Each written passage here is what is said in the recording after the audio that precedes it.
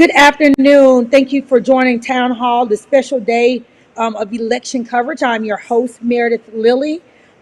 We know that over 98 million people have already voted. This generally means that the Democratic Party has an advantage. Or does it mean that? We'll find out today. We have a couple of political strategists on to give us an update from their state. Thank you all so much for joining.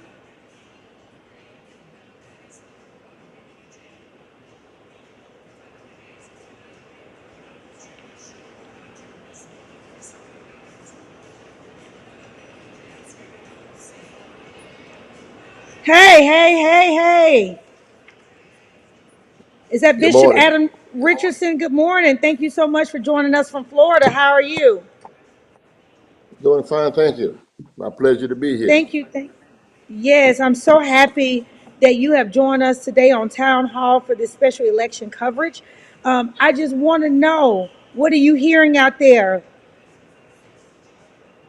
Things are looking pretty good in Florida. About 9 million people have already voted, and we're expecting another 2 million today. And everybody's pretty anxious about it, but still hopeful nonetheless. Absolutely, absolutely. Now, is weather going to play a factor today at all? How is the weather throughout the state of Florida? Where are you currently? In Jacksonville, but weather at this point is not a factor. But we'll know later today. All right. So, do you expect any surprises today? Any surprises, whether good or bad? Are you expecting anything out there that we have not heard or seen yet? No, but as you know, Florida is a very half and half state. And we're expecting that we will have a good turnout. What is key, however, is South Florida. That's Broward, Brevard, Miami-Dade, and then we're also expecting a big push across the I-4 corridor, and that would include St. Petersburg, Tampa, all the way over to Daytona Beach. So we're expecting to have younger voters. We expect to have African American turnout to be great. And so we're expecting a good day, a positive day by 7 o'clock tonight. Right. And what we're trying to do is make sure that we encourage people to stay in line. If you get there before 7 o'clock, stay in line. Do you know, Bishop, are there any initiatives or people that's passing out water or food so we can try to encourage people to stay there if they get weary, they get tired? Do you know if any organizations are out there working right now trying to keep people standing in line?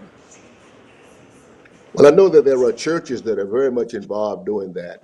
And of course, there are some organizations related to the Biden Harris ticket that are also working and trying to make a good push for that. But yes, we do have people who are on the grounds. And additionally, we're also partnering with organizations like lawyers and collars. If we see any irregularities at any of the polling areas, we have a contact number, a hotline that we can call to get some help to make sure those issues are clarified and resolved. All right, Bishop, before I go to the next guest, I want you to look at everybody and just tell them, why is this election so important? We always say that every election is consequential. We say to people all the time that it is the election of a lifetime, of a generation at least. But this time we really mean it. This election has incredible consequences. 4 more years of what we're experiencing, the chaos that we're seeing, is not sustainable. It is not doable. And so we're just encouraging everybody to get out to vote. Additionally, the movement from Brown Chapel AME Church to Montgomery, we're now calling that place the Temple of the Voting Rights Act. And people shed blood for the right to vote. And that blood should not be wasted. And so we encourage everybody to please go vote. It's consequential. And we owe so much to those who have come before us to squander it. So please go to the polls and vote today. My Bishop wife and I Adam J. always go Richardson. early. Thank you, thank you, thank you. Bishop Adam J. Richards, I so appreciate you being on, taking your time. We want to hear from you later on. Thank you so much for joining us on Town Hall. Quincy Gamble, political strategist. I'm so happy that you are Hey, here Meredith. joining us from Georgia. Thank you so much. Quincy, what I'm is in going DC on? actually. Oh, you're in DC. Oh, look, Quincy is everywhere, everywhere, everywhere. Yeah. Quincy, you're one of the most brilliant political minds out there. Tell us what's going on across the world or Well, I'm country. really narrowly focused. Yeah, I'm really narrowly focused on the voter protection effort. I'm helping to coordinate the national voter protection effort here out of DC. So we're just blocking and tackling right now, handling the fundamentals, making sure polling locations are open, making sure that machines are working, and taking in any complaints on the 866 Our Vote hotline. So I try to stay narrowly focused. It keeps me sane on election day. I'm just worrying about the legal stuff, and Yes. I'll let Now the tell get us, out the vote. Quincy, right? Tell everybody that's watching, why is that important? Why do we have people working on the legal stuff? Why we have people in these war rooms focusing on this? Tell us why that's important. Well, a number of reasons. Personally, ballot access is so important, and it's a right that has been fought for, and so we know over the past couple of decades, the Republican Party has systematically put in things to suppress the vote.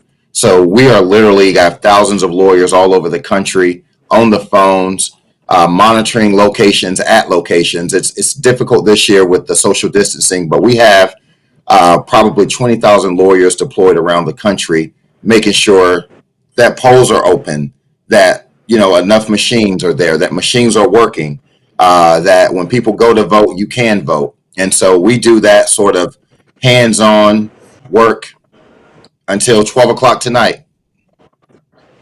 Voter suppression is definitely real. We saw it in Georgia a few years ago where over 200,000 people were purged off the ballot. And so we see it. You're right. It's real. Quincy, do you foresee any surprises today? You've been around for a while. Do you foresee any surprises? Well, I think right now we're going to get the normal stuff that you have. My poll opened late. The address for the polling location wasn't right. We're going to get that.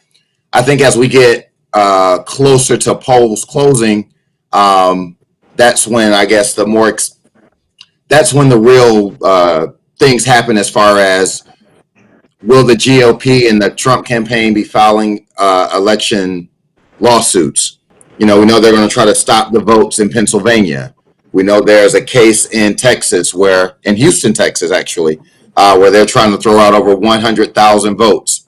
Maybe they file an appeal on that case today. So nothing would surprise you with this iteration of the GOP. But I'll just say we're prepared. Be confident. Go vote. The inevitable is happening, so he can't stop it. Right. Thank you so much, Quincy. I don't want to hold you long. You are in the war room. Thank you for what you're doing. Thank you for your hard work. Quincy Gamble in the DC area, Appreciate you. voter protection. Thank you so much for. All right. All right, all right, all right. Yes, Mark. It's Hey, how are you, okay. Meredith? Can you hear me? Hey, Mark Kelly, how you doing? Doing fine, doing fine. Don't forget the last part, All right. Tyler. Yeah, okay. I don't, Sorry, I, sorry I don't about want people to. I don't want people. I just don't want people to send me Mark Kelly from Arizona's campaign donations. That's all. yeah. No, so Mark Kelly Tyler, we have here from Pennsylvania. Thank you so much for calling in. You look like you cold, my brother. Is it cold there? Yeah, it is cold. I'm downtown. I'm actually in front of the Kimmel Center. Shout out to my wife who works here, does media relations, but it's a polling place. And this morning at 7 a.m. before the polls open, if you would have looked on TV, the line it looked like 100 people in it, people who were gathering to vote. The election's been moving briskly in Pennsylvania, so this is my second stop. I'm on an all-city motorcycle tour, hitting places up today. Amazing, amazing. So just tell me, what are you feeling on the ground? You going around? How is it looking? You just give us the honest, raw truth. Yeah, so listen, Pennsylvania's going to be tight. I'm not going to lie to you. The landscape that was here when Obama won easily in 2008 and 2012 has changed. Trump narrowly beat Hillary Clinton. We think a lot of that was due to misogyny, obviously, but he has a base. But if Democrats come out, Democrats win. 1.6 million early votes cast. 1 million of those were Democratic votes. And so he's got some ground to make up. But if Democrats match Republicans on the actual in-person voting, then it's an amount that's insurmountable. But we shall see. All right. Thank you so much for all that you are doing. And we really appreciate all your work that you are doing on the ground. Let me just ask you, do you see any surprises happening today anywhere? Well, listen, at the end of the day, it's about turnout in Pennsylvania. It always is. We go from Republican to Democratic governor back to back. We have a Democrat and a Republican senator. We are a absolute purple state. So whoever gets the turnout, Pennsylvania has not had an operation like this on the Democratic side since Obama in '08. We were disappointed in 2016. But I mean, the level of investment here, I'd be surprised if Dems do not pull this out. All right, all right, all right. And let me ask you this. I want you to encourage people tonight, whatever goes down, to stay at home, be safe. Do you see any problems with people's safety? Have you heard anything Well, while you've been on the street? so we have been a constant target by the president. He has been tweeting about us, talking about us. He said bad things happened in Philadelphia. He's accused us of voter fraud before ballots have even been counted. A lot of shop owners, I'm in Center City, are boarding up. I was just in the neighborhoods. They're boarding up there as well, anticipating that there will be acts of violence. We are concerned about white supremacist militia types who have been threatening to come into the city. So, yeah, there is a lot of concern about what happens regardless of the outcome. Well, Mark Kelly, Tyler, let me tell you this. Thank you so much for what you're doing, brother. We want to hear from you again in a few hours. Back on. So just stay around, stay safe. And I want you to tell, before we hang up, just let everybody know why this election is so important today. Why are you doing what you're doing? Well, last week I stood with the family with other clergy of Walter Wallace, who was shot and killed by police in West Philadelphia. Been out marching with young people over the last week and organizing. And so for me, one of the things that's important is that we restore the Department of Justice into the hands of people who will not use it as a political weapon. Black and brown folk continue to suffer. And so that's one of the reasons that we need to make sure that we restore some integrity into the White House, to have an attorney general and a Department of Justice that will look out for us when our local departments do not. All right. Thank you. Thank you. Thank you. Thank you, Mark Kelly Tyler, bringing the knowledge, bringing the wisdom from Pennsylvania. We'll see you in a few hours, my brother. Be safe, and I'll Great. hear from you soon again. Thank you. Thank you. All right. All right. Thank you so much. Guys, you hear the importance of voting today. Please get down to the ballot, to the election office, to your polling location before 7 o'clock. If you are there before 7 o'clock, you have the right to stay in line. If you get there after 7 o'clock, there is nothing we can do to help you. You have to be in line before 7 o'clock tonight. Take your family, take your friends. We do not have time to waste. Get on your social media and encourage everybody you know to go out and vote. Call everybody in your Rolodex, call everybody in your phones, and tell them to get out and vote. All right, our next guest is waiting and ready to join in. Let's move to our next guest. All right, our next guest is Alan Williams. He's on the phone. He's working in Florida. So we have my own former state rep in Florida, Tallahassee, Florida, Alan Williams. How are you today? I'm doing good, Meredith. It's great to be here in the Sunshine State, and I will tell you, as the Bishop Richardson, who was kind of like my second pastor when he was pastoring in Tallahassee at Bethlehem Me, said earlier, we've already surpassed 9 million votes here in the state of Florida. We know, as you asked the question to him earlier, which is one of the things I always look for on election day, is what's the weather going to be like? And as I'm down Yes, here in yes. Orlando, in our kind of Biden Harris central office for the state, we look across the state and we see, obviously the lines are moving pretty well. We saw some choke points early on, but that just was the enthusiasm that we saw folks wanting to get out and go vote first thing this morning. And so the lines were a little bit long, but now the lines are moving very quickly. As Mark was saying about up in Pennsylvania, we see that that's the case here as well. All right. Well, let me ask you this. How are the lines out there looking? What are you hearing about people in lines? Are there lines? No, not really. I mean, at least from what our initial intel that we've gathered, there are some, lines, but they're not extremely long lines from what the information we're getting. What we do know is a lot of folks took our suggestion early on from the work that we were doing, as a strategic advisor for the Biden Harris campaign. Our deal was get folks to get a plan, right?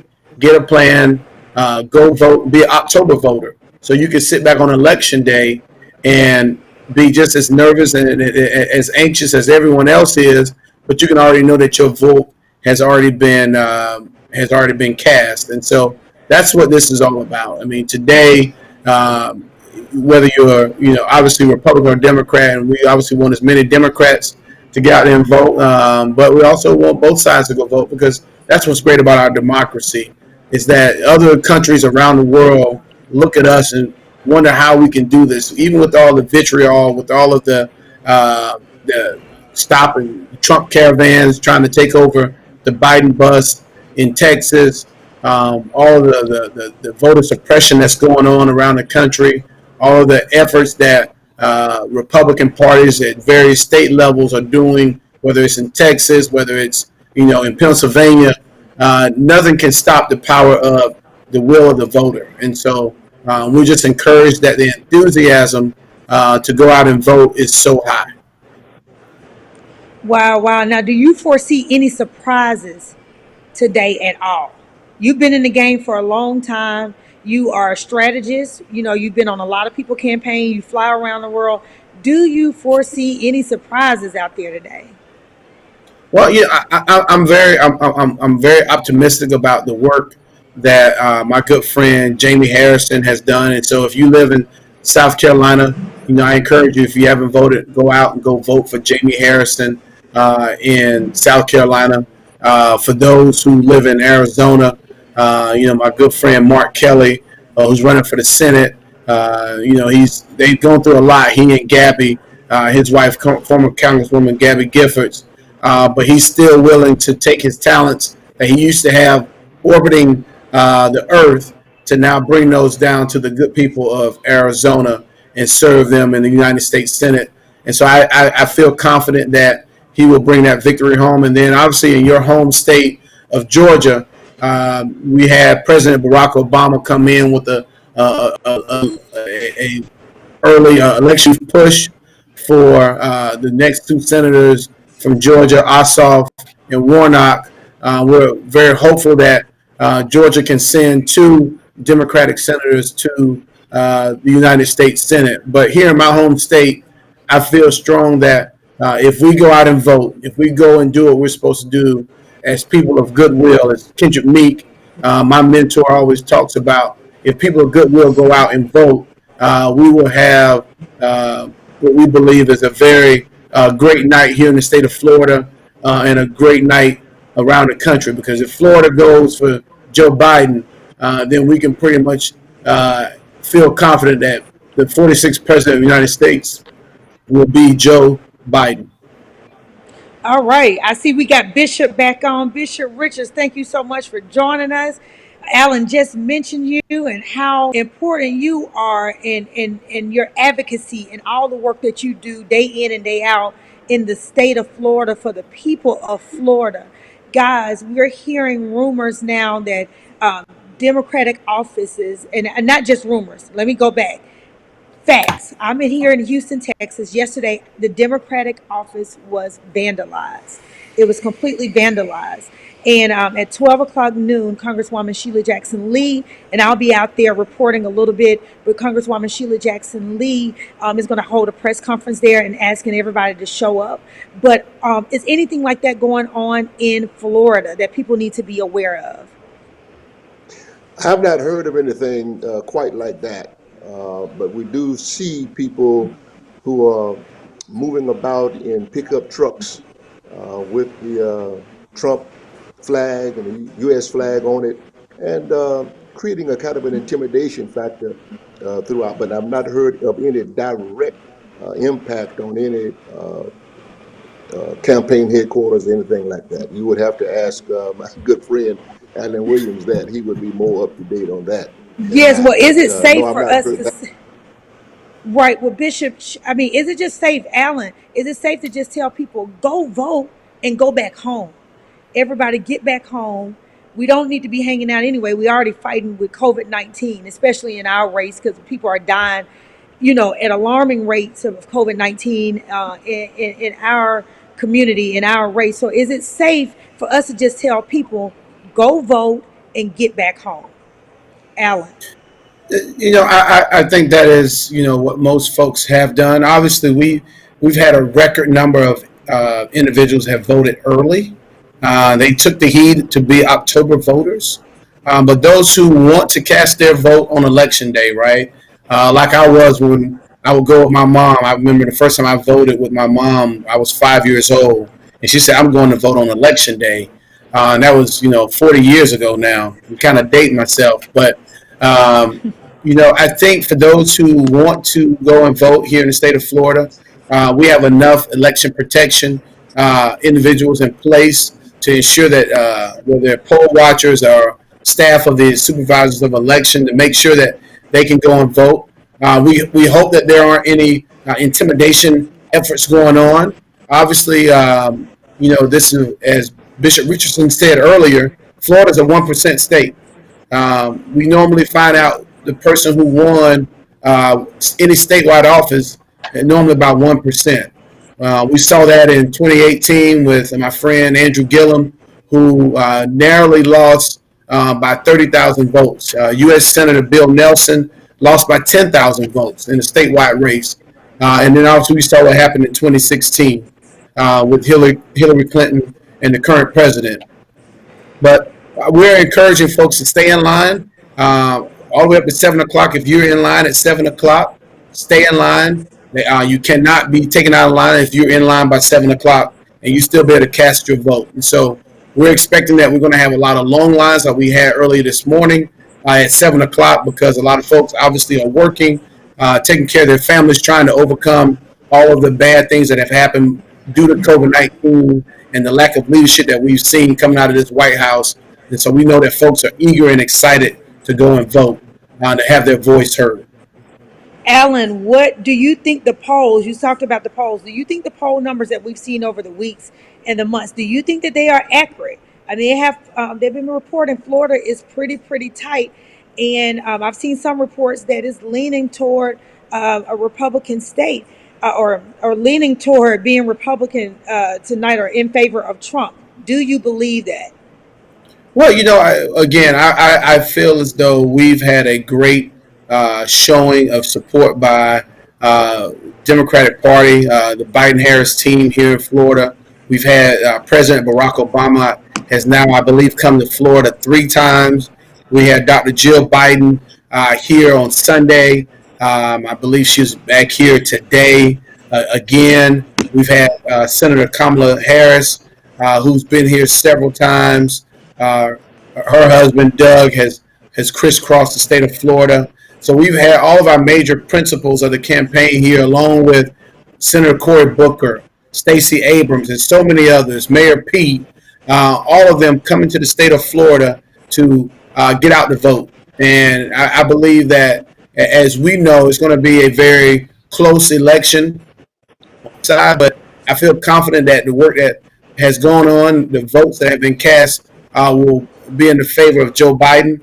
We have a lot of no party affiliates. About 20% of the electorate are MPAs or independents. We feel strong that many of those independents are frustrated with the current sentiment of leadership coming out of the White House, and they're going to show and cast their vote for a change in direction, a change in leadership. And so we believe that it's going to be close, but we believe that those are some of the votes that we can count on, because the message has been clear that we need new leadership in Washington, D.C. All right, well, Bishop, as we get ready to close out this segment, in 30 seconds, Bishop, give us a word, give us a word of encouragement, and or a scripture that you've been standing on during this election time, and then y'all can stay on as I bring my sister Amelia Sykes on, who showed up from Ohio. She's out there in Ohio, and I see Mark Kelly Tyler is still kind of hanging on from Pennsylvania, but Bishop, just in case you have to drop off, give us some type of word on this House of Hope TV that people can hold on to as we go through this important election day. First thing this morning, we had about 40 men on a call for prayer. Sons of Allen of the AME Church joined for prayer at 7 o'clock this morning. Among the things that we asked for was that we be energized to do justly, to love mercy, and to walk humbly with God. And that we be aspiring for goodness, for goodwill, incline our hearts to do what is true and excellent and praiseworthy. And if we get out and vote today, we would have done what we were supposed to do according to Scripture. And so I thank you for this opportunity, and let's go do and get the job done. All right, well, there you have it from Bishop Adam J. Richards, Florida civil rights leader. Thank you so much for joining us. Alan Williams, Alan with political strategist. Thank you so much in Florida, stumping the grounds. I appreciate you for joining on. Y'all can stick around. You can drop off. If you drop off, we'll hear from you again in a few hours. We'll have y'all on every few hours to keep us updated on what's going on in Florida. I want to move over to Ohio. Emilia Sykes, thank you so much. Thank you. Thank you so much, Emilia, for joining us.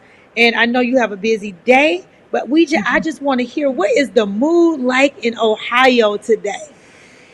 Ohio is excited. The sun is shining. It snowed yesterday, but the sun is shining. It has all melted. The weather is great, and people are very motivated to tell us how they felt about the last 4 years. So we've been seeing some lines in our polling locations, but it's fine. Because they're moving quickly. They only look long because of the social distancing. So no widespread problems, little things here and there, but they've been addressed. So things are looking good. People are ready to get their voices heard, and we're ready to figure out what's going to happen for the next 4 years. Right. So the polling has in Ohio through this whole time has still kind of like a tight state. How do you think it will end tonight? How do you think it will end? I think that's what everybody's trying to figure out. How is Ohio going to go? Because the current president can't win the presidency without Ohio. And we had Joe Biden in yesterday trying to make sure that that does not happen. So we're not sure. I mean, Ohio is one of the ultimate battleground states. We are a purple state. We go back and forth and back and forth. And although the current president won Ohio by 8 points last election cycle, people were determined not to let that happen again. So we've all seen a groundswell of support from all types of coalitions, from New Americans, from Black people, from Black women in the suburbs, the suburban voters, the working class white men. Everybody's engaged one way or another. We've had record early vote turnout. We'll probably we will beat records this this election cycle with turnout. So it'll be interesting to see. They're going to start tabulating those votes. Polls close at 7:30 p.m. in Ohio, and we'll get the first round of early votes very shortly after that, and then we'll just keep counting throughout the evening. Now, let me ask you, are you nervous? Are you calm? Are you anxious? How are your emotions today? Are they all over everywhere, like just like mine? I'm going up and down, up and down. Tell me how you are doing personally. Yeah, thank you for that question. I think I'm all like you, Meredith, a little bit all over the place. Definitely hopeful for a change here in this state of Ohio as well as in our country. I'm the House Democratic leader, so there's 96 candidates who I am watching out for and hoping that they are successful. We are, one of the states that has down ballot races that are really important. So we're trying to break the Republican supermajority. So we want to make sure that our candidates are able to do that. So there's a lot of optimism. There's some excitement. There's, of course, the anxiety that comes on with election because we've done everything that we can. There's still text banks and phone calls trying to get people to bring their ballots. There's still a couple 100,000 ballots outstanding. So we're trying to push those folks to go drop them off at their boards of elections today by 7:30. That's the only way they get counted, and if not, they got to vote provisionally, and that's fine too. But we got to make sure these people get their voices heard. So it's a full range of emotions, and we'll probably continue it tomorrow too as we finish it out and continue tabulating because there's a lot of important things happening right now, and there's a lot on the line, and we heard that phrase over and over again. But I'm excited. I'm hopeful. I think we'll have some good results tonight. So I'm temporary. I'm in Houston, Texas. So I've been working as a surrogate coordinator out of Youngstown, Ohio, on the campaign a little bit. Just pairing surrogates at different virtual events in Ohio, and that's been fun. I've also, I had to fly out to Texas to do some work today with Congresswoman Sheila Jackson Lee on the ground. And unfortunately, yesterday, the Democratic headquarters in Houston, Texas was vandalized. I mean, just awful, just torn up. Have you heard about anything like that in Ohio? Is there anything for people to be concerned about in any pockets throughout the state? So we are watching and listening out for any of those types of threats. Early in the process, we saw some damage to, of course, campaign signs. That always happens. There are some of our more rural Democratic headquarters that were being targeted for vandalism and some graffiti. But since then, people have gotten their acts together. They've been a little less problematic, and we're hoping today folks will feel the same. Obviously, one of the ways that you can protest is at your ballot box. So I encourage people, if you feel a certain kind of way, or if you're very turned up for your candidate, go vote for them. And that way we can make sure that you get the person that you want in there. Afterwards, we have to hold our elected officials accountable, but certainly we don't need anybody being harmed or hurt. We've seen those threats with our current governor, with Governor of Michigan. I've received threats as well as many of our other members. All that is unnecessary. If we're not doing a good job, just vote us out. We'll leave. So we just need people to, respect the process, go forward with the process, and everything will turn out the way it's supposed to. Right. Any rumors of civil unrest in Ohio? Have you heard anything like that? And are there plans in place for any type of drama that may occur tonight? So I know that local elected officials and police chiefs and mayors have been engaged in protecting their communities in the event that there is civil unrest. Obviously, since the current president was telling people to stand by, we didn't know what we were going to get. So people are prepared. There hasn't been any reports that I've heard of so far, so that's a good thing. And we just hope that we keep that momentum up throughout the rest of the day and through tomorrow. All right. So do you have a good feeling about tonight? How do you want to feel when you wake up in the morning? What do you want, or tonight before we go to bed? I'm sorry. Right. We'll probably be up through the morning watching the results. Yes, through the morning. Do you think this is going to be a long process? Do you think this is going to draw out for weeks? Or are you hoping to have the answer and we know who the next president of the United States will be tomorrow morning? Well, it would be great if we had the answer tonight, but the reality is we have a lot of people voting. We have a lot of enthusiasm and a lot of activity, and what's most important is that we count every single ballot that is out there. In Ohio, for example, if you postmarked your ballot by the day before the election, so that would be yesterday, you have 10 days until that ballot can get there, until it can be counted. So we'll be counting ballots until next week. That has been the law in Ohio for many election cycles. It is not new. And in most states, the majority of states, elections are not certified until several days or weeks after the election. So we may have a projected winner this evening or early in the morning, but we might not have it until a little bit later. But I think the most important thing that people should remember is that every vote deserves to be counted. And while we may be anxious to get this election over with, we should be more excited about getting everybody's vote counted.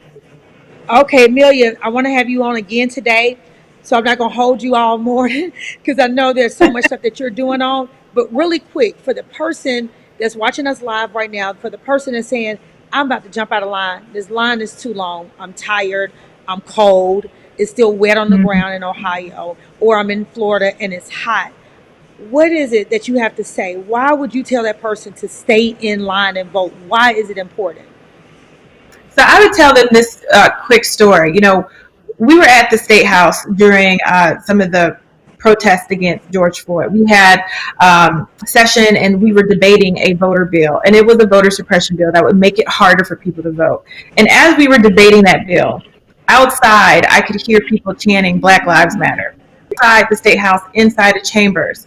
But the people inside of that building did not care or about those cries from outside, and they passed that bill that would have made it much harder for those people outside to have their voices heard in the ballot box. And the reason that they did that was because they know that people will grow weary of protesting, and they usually don't show up at the polls because they create all these things. So I just want people to know you cannot let those people win.